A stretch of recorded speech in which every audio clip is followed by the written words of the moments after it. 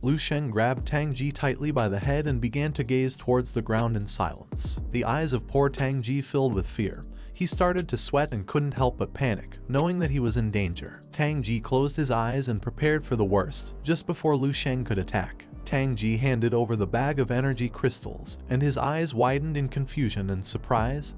He couldn't understand what was happening. The marshals also took out their bags full of energy crystals. The southern marshal began to sweat, and his eyes widened with fear. He decided to hand over everything they had. The northern marshal started observing Lu Sheng in silence, and his jaw dropped, while on the other side, the attention of the western marshal fixed on our boy, and his eyes began to shine with seriousness. He also decided to give all the energy crystals he had to Lu Sheng. Lu Sheng's eyes, who was holding a bag of energy crystals, began to shine with joy, and a smile spread across his face. He started observing them and nodded his head, explaining that this should be more than enough. He used his power, making the energy crystals emerge from the warrior's bags and begin to move toward the giant energy crystal. While the energy crystal was shining intensely, Lu Sheng's attention was fixed on it, and his eyes widened with excitement as a joyful smile appeared on his face. He had finished warming up and now decided it was time to return. His eyes began to shine with determination as he gained momentum and jumped with a smile. The other warriors remained watching our boy in silence without saying a single word. He started flying quickly through the sky like an airplane, and his eyes expanded with confidence, knowing that this was going to be an unprecedented battle. For him, this was very exciting. Lu Sheng used his power and gradually began to distance himself from the warriors along with the energy crystal. Everyone's attention was fixed on him, and instead of trying to stop him or confront him, no one moved a single finger, knowing they were no match for a monster like him. The warriors' eyes filled with fear and confusion. While some felt furious, others were in shock upon realizing that they were truly alive. They couldn't believe that all they had to do was hand over the energy crystals to survive. In an instant, Lu Sheng distanced himself from them. Dong Shengyi's gaze fell on him, and his eyes filled with fear. For him, our boy was a monster. It was hard to imagine that someone at level 8 could be so powerful. Lu Sheng had not yet reached level 9 and was already capable of killing elite masters as if they were flies. He began to imagine Lu Sheng smiling, and with his eyes shining with malice, Dong Shengyi could not help but swallow saliva and feel fear. His eyes widened in terror, since for him this warrior could be compared to Lu Sheng. He closed his eyes and let out a sigh. After thinking about the matter many times, he finally understood how ridiculous his idea of challenging the world and proving his invincibility had been. Dong Shengyi opened his eyes and with a sincere expression realized that in this world there were many people more talented than him. He began to imagine Lu Sheng. While our boy's eyes were shining, he gave Harold's nephew a strong kick in the chest, sending him flying. For Dong Shengyi, it was a pity that Lu Sheng had not come, since otherwise Harold's nephew would not have been so arrogant, knowing that only a monster could defeat another. The jaw of the southern marshal dropped and his eyes widened in surprise. He could not help but feel somewhat confused upon seeing that Lu Sheng had left. The gaze of the northern marshal fixed on Lu Sheng. He was in shock upon seeing that our boy had left with all the energy crystals that the warriors had collected. His eyes filled with fear upon seeing that Harold had produced such a powerful monster. His eyes widened with rage. He clenched his teeth, and with a confident expression made it clear that if the future god of the army, Lu Sheng, were here, he could have faced this monster. The southern marshal turned to him, began to observe him in silence, and couldn't help but feel somewhat frustrated, knowing that he was right. With an angry expression, he clenched his teeth and made it clear that if the future god of the army were here, defeating Harold's nephew would be like hitting a dog for him. For him, no matter how strong Harold's nephew was, he could only boast in front of them and knew he wouldn't dare provoke a martial saint like Lu Sheng. The northern marshal approached him, placed his hand on his shoulder, began pointing at Lu Sheng with his thumb, and with a calm expression admitted that he was right. He revealed that before coming here he had already feared something would go wrong. Therefore, he had secretly hidden part of the energy crystals elsewhere. Compared to those from whom Lu Sheng had stolen everything, they still had plenty. Upon hearing this, the southern marshal calmed down and began pondering in silence. The other warriors clenched their fists and began to walk around the area. The marshals had been lucky, since almost all of them had taken a beating, but they had only suffered small scratches, which meant they were very lucky as they had managed to overcome the danger. They decided to go drink to celebrate. The sun was high in the sky, and somewhere on the island stood the Tower of Martial Saints. All the Martial Saints were in shock and surrounded Harold, asking if Lu Sheng was really his nephew and what was happening. Harold crossed his arms and did not respond. Cumberland's eyes widened with curiosity. He approached Harold, extended his hand, and with a suspicious expression asked what was wrong with his nephew. Upon hearing Cumberland's voice, Harold came out of his thoughts and with a serious expression began to turn around. The screen was showing the live images of our boy. With a smile, he began to move towards the Martial Saints Tower. Everyone started watching attentively, and Cumberland made it clear that Luang had not reached level 9, but was more powerful than all the level 8 warriors. For him, this could no longer simply be described as talent. The attention of the Martial Saint wearing a hat fixed on Luang with a sincere gaze.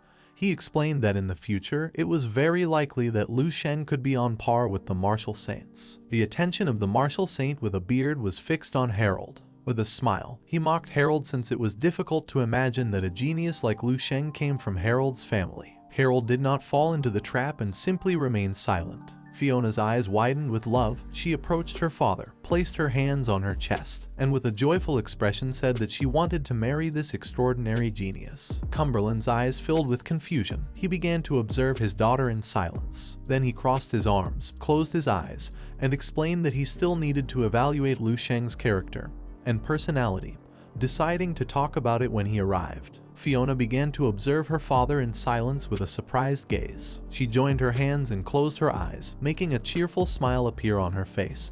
For her, this was great. Lin Wanwan's attention was fixed on her mother. With a curious expression, she told her mother that Tang Ji had not been able to resist even an attack from Harold's nephew. She could not believe that he had let everyone go alive. Zhang Yu crossed her arms and her attention was fixed on the screen. With a sincere gaze, she revealed that if she had not seen it with her own eyes, she would not have believed that a genius of that caliber existed in the world. For her, he could be compared to that person. Her eyes began to shine with fear and surprise. She put her hands on her waist and sighed upon realizing that times had changed. More and more monsters were breaking the rules and surpassing their understanding.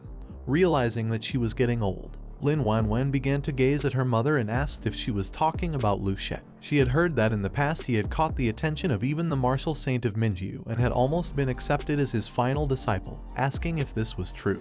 With a curious expression, Zhang Yu turned to her daughter and began to observe her in silence. Then her eyes began to shine, and her gaze fixed on Tan Zhongyu, who was standing behind her with his arms behind his back. She explained to her daughter that Tan Zhongyu was known as the Martial Saint Minjiu, who had discovered many hidden talents in his life, but had ended up letting the brightest jewel of all slip away, Luang. With a smile, our boy began to move toward them, Tang Zhongyu's attention fixed on him. Zhang Yu knew very well that he must still be regretting it to his bones. Tan Zhongyu's eyes began to shine with rage, and his gaze fixed on Luang. The tournament was about to end, and after looting everyone, Luang stopped going after the energy crystals. In this way, the others resumed collecting energy crystals during the remaining time, but most of them had already been taken by Luang.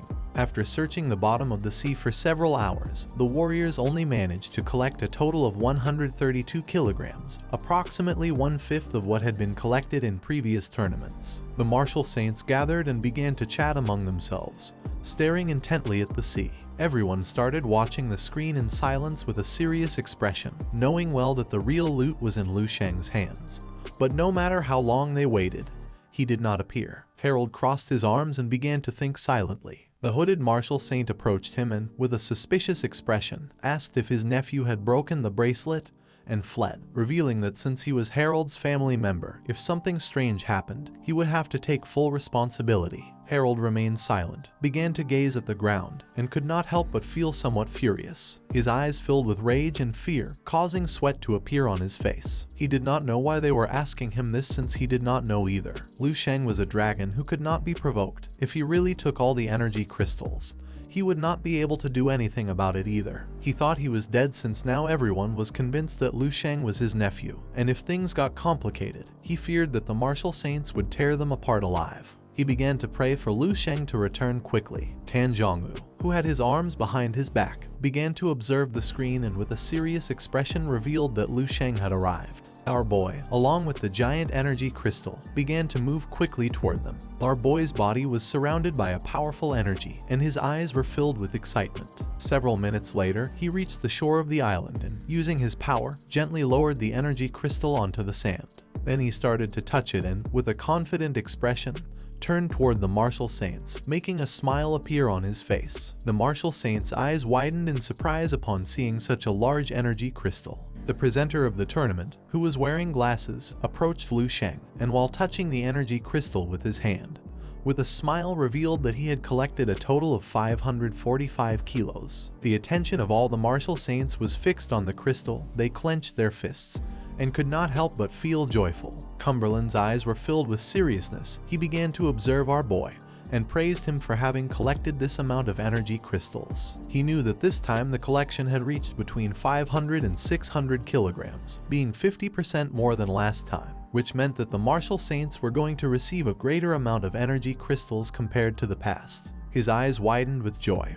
and with a kind smile, he explained that Lu Sheng's excellence was undeniable. The final victory and glory belonged to him. He asked what his name was since he had the right to be remembered by everyone present. Fiona's eyes began to shine with love. She placed her hand over her chest, and with a joyful expression, she made it clear that Lu Sheng was the man she wanted to marry. Cumberland's attention focused on his daughter. He began observing her in silence, not knowing what to say. He revealed that only our boy had the right to take the brightest jewel of his family. Lu Sheng began to gaze at the ground in silence. The muscular martial saint crossed his arms, and his eyes filled with rage. With his body trembling from hatred, he realized that in the future, he would advance without obstacles. The martial saint, who wore a hat and a white mask, clenched his fist and felt frustrated since when he reached the rank of Grand Master, he had not been treated like that.